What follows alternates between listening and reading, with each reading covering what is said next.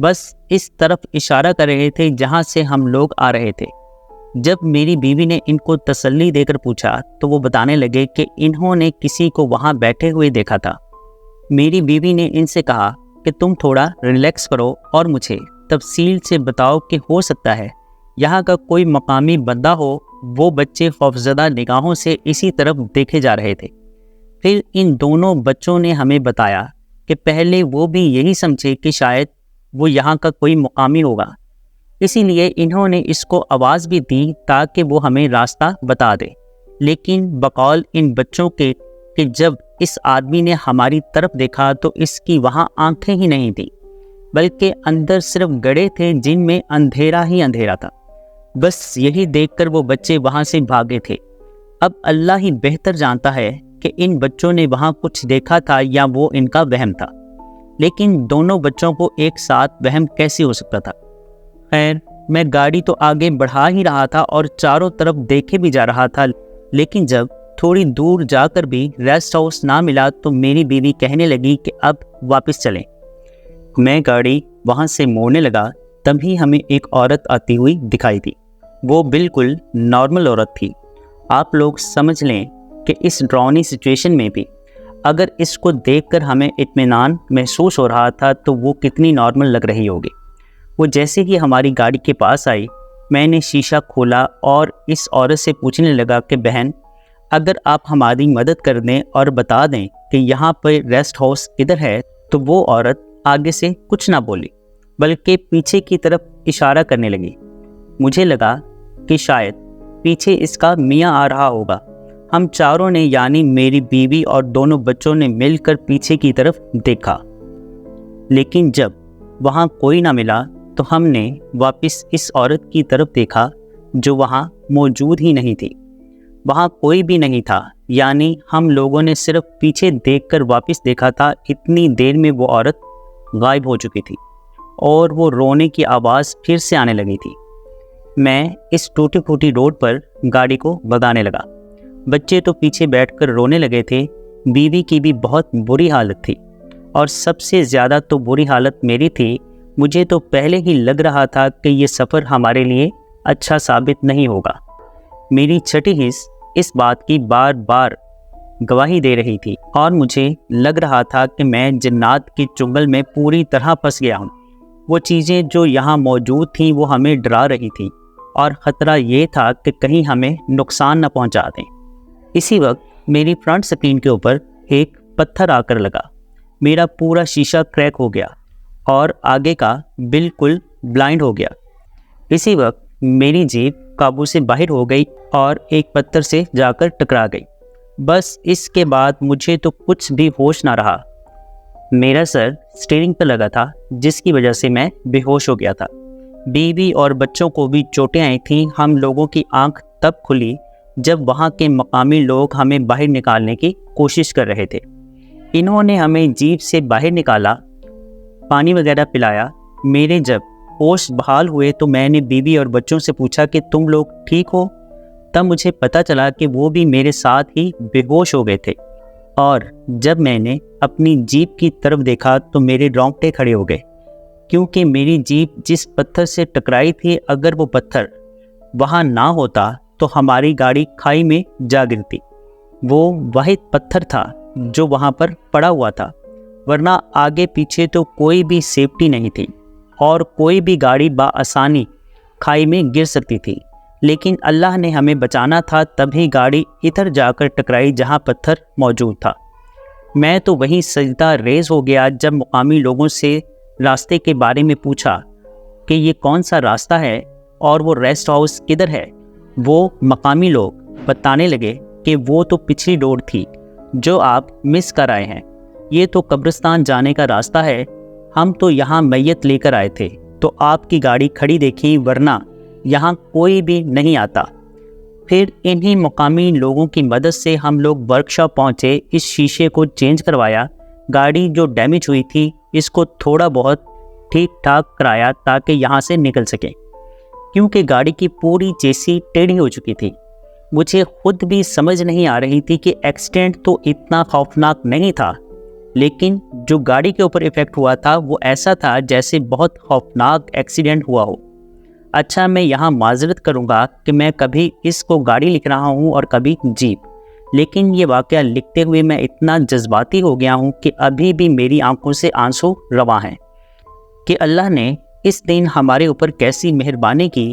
اگر اس دن وہ پتھر راہ میں رکاوٹ نہ بنتا اور وہ مقامی لوگ بیعت لے کر نہ آتے تو ہم نہ جانے کتنی دیر وہاں بے ہوش پڑے رہتے، اور ہو سکتا ہے کہ کوئی درندہ، کیونکہ وہاں اکثر پہاڑوں پر جنگلی بلیاں بھی ہوتی ہیں اور شیر بھی۔ بس وہ منظر ابھی بھی یاد کر کے مجھے جرجری سی آ رہی ہے۔ اس کے بعد میں کبھی چترال نہیں گیا، اور جب بھی کسی پہاڑی علاقے میں جاتا ہوں تو دن میں سفر کرتا ہوں۔ اب دن میں خود گاڑی نہیں چلا سکتا تو ڈرائیور کی خدمات لیتا ہوں، اور میں آپ سب دوستوں سے گزارش کرتا ہوں کہ کبھی بھی پہاڑی علاقوں میں رات کے وقت سفر نہ کریں، کیونکہ ہم نہیں جانتے کہ کہیں وہ ہمارا سفر ہمارا آخری سفر ہی نہ بن جائے۔ جی دوستو، کیسی لگی آپ کو سٹوری؟ امید کرتا ہوں پسند آئی ہوگی۔ کمنٹ باکس میں اپنی رائے کا اظہار ضرور کیجیے گا، اور نیچے دیکھیں، یہ پلیز یہ نیچے لائک کا بٹن آپ کو نظر آ رہا ہوگا، اس کو بھی پریس کر دیں۔ اگر آپ کو ایسے ہارر واقعات سننا پسند ہیں تو ہمارے اس چینل کو لازمی سبسکرائب کیجیے گا، اور اگر آپ کے ساتھ بھی ایسا کوئی ہارر ناقابل فراموش واقعہ پیش آیا ہے اور آپ ہمارے ساتھ اس کو شیئر کرنا چاہتے ہیں تو نیچے ڈسکرپشن میں موجود میرے واٹس ایپ نمبر یا پھر ای میل ایڈریس پر ہمارے ساتھ شیئر کر سکتے ہیں۔ شکریہ۔ اپنا اور اپنے گھر والوں کا بہت سا خیال رکھیے گا، مجھے اپنی دعاؤں میں یاد رکھیے گا۔ ملتے ہیں کسی اور خوفناک سٹوری میں، تب تک کے لیے اللہ حافظ۔